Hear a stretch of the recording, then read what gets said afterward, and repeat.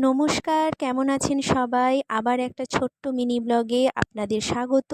তো চলুন আজকে একটু লাঞ্চ করে আসি। তো লাঞ্চ করতে আমরা গেছিলাম খড়গপুরের রাজবাড়ি। যারা খড়গপুর থেকে দেখছেন তারা তো বুঝতেই পারছেন।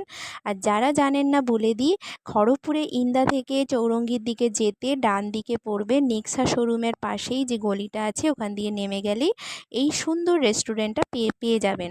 যার বাইরের অ্যাম্বিয়েন্সটা তো ভীষণ সুন্দর ছিল আর ভেতরটা ছিল একদম রাজকীয়।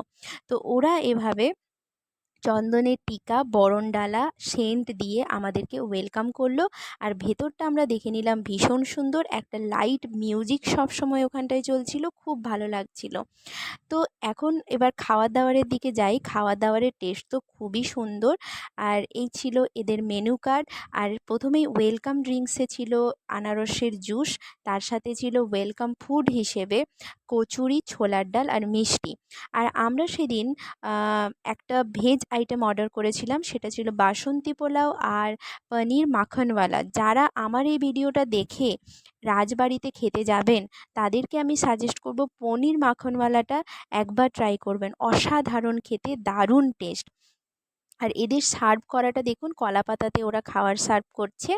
আর তারপরে চলে এসেছিল মহারাজা থালি। মহারাজা থালিতে তো অনেক আইটেম ছিল। ডাল ছিল, আলু পোস্ত, আলু পটলের তরকারি, বেগুনি, বেগুন ভাজা, পটল ভাজা, রাবড়ি, পায়েস, মিষ্টি, তার সাথে পাঁপড়। আর এছাড়া মহারাজা থালির সাথে আবার এক্সট্রা পেয়ে যাবেন ওই কচুরি, ছোলার ডাল আর মিষ্টিটা।